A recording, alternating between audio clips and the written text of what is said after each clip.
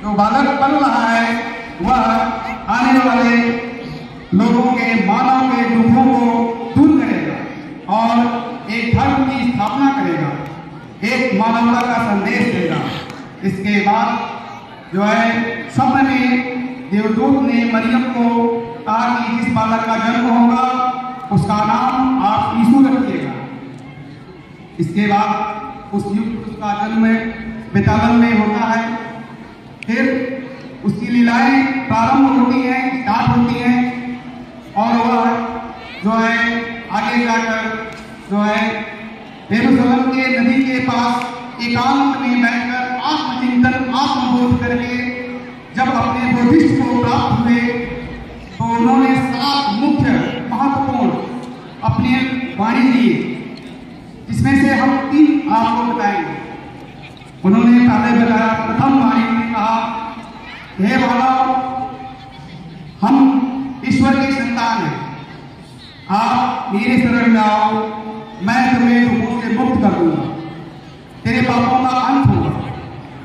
दूसरी बात उन्होंने बताई, ईश्वर आपसे नाराज हो गया क्योंकि आपने मूर्तियां बना ली और मूर्तियों में आस्था रख दिया, जबकि ईश्वर प्रत्येक मानव के प्रत्येक जीव के हृदय में रहता है और आप उसकी मानवता खो दी। और उनकी सबसे अंतिम वाणी थी, हे परमात्मा, मैं आपका संतान हूं और मैं अपनी आत्मा आपको समर्पित करता हूं। मतलब उनके ऊपर भी दुख आया, उनके ऊपर भी समस्याएं आई, वहीं के राजा ने षड्यंत्र करके उनको कितनी बार उन्हें सजाए नहीं।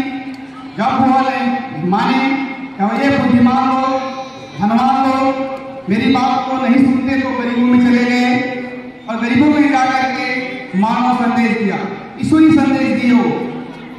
तो लोगों ने षड्यंत्र करके उन्हें पकड़ा। पकड़ने के बाद जब सूली पर चढ़ाए, क्रास पे लगाए, तो तब भी उन्हें पीड़ा नहीं हुई, क्योंकि महापुरुष इन पीड़ाओं से ऊपर होता है। वह कष्ट से, सुख से, दुख से, ईर्ष्या से, रोग से बहुत दूर होता है, तू नहीं सकता, क्योंकि वह ईश्वर के संतान। हम लोग भी ईश्वर की संतान हैं, लेकिन हम उनकी क्रियाओं को कर नहीं पाते, असमर्थ हैं, इसलिए दुखी होते हैं।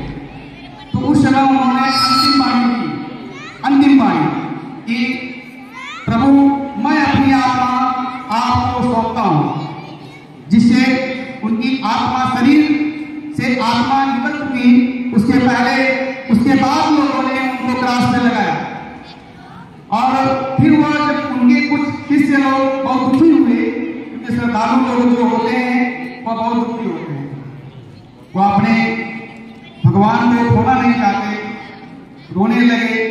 तो वह उनके हृदय में आए, बोले मैं अभी जन्म लूंगा, मैं फिर आऊंगा। 21 बार उन्होंने इस तरह से जा जाकर प्रत्येक अपने शिष्यों को उपदेश दिया। उनका प्रथम शिष्य जो थे संत लूका, वो उनके ईसा मसीह के दिए गए उपदेश को जीवन भर अपने आचरण में ढालने का संदेश दिए। इस तरह से तमाम शिष्यों का गठन करके उन्होंने यीशु के संदेश को पूरे धरती पर फैलाया, जिससे कि आज यहाँ भी आप उसके बारे में उत्सव मना रहे हैं। तो महापुरुष धर्म, जाति और व्यवस्थाओं से परे होता है, वो बहुत परे होते हैं। उनको समझने के लिए आपको श्रद्धा की, समर्पण की और विश्वास की जरूरत होती है। अगर श्रद्धा, समर्पण और विश्वास होगा तो वह आपके पास है, वह आपके नजदीक है, उनका अंत कभी नहीं होता है। अंत होता है तो शरीर का, और वो बताए थे यह शरीर इन 5 तत्वों से बना हुआ है, इन्हीं 5 तत्वों में चला जाएगा और हम जो, हमारी जो आत्मा है यह अनिर्विकार है। और यही ईश्वर रूप में परिणित जब हो जाती है तो महापुरुष, युग पुरुष इत्यादि नामों से उन्हें संबोधित किया जाता है, जाना जाता है। बस, धन्यवाद, इतना है।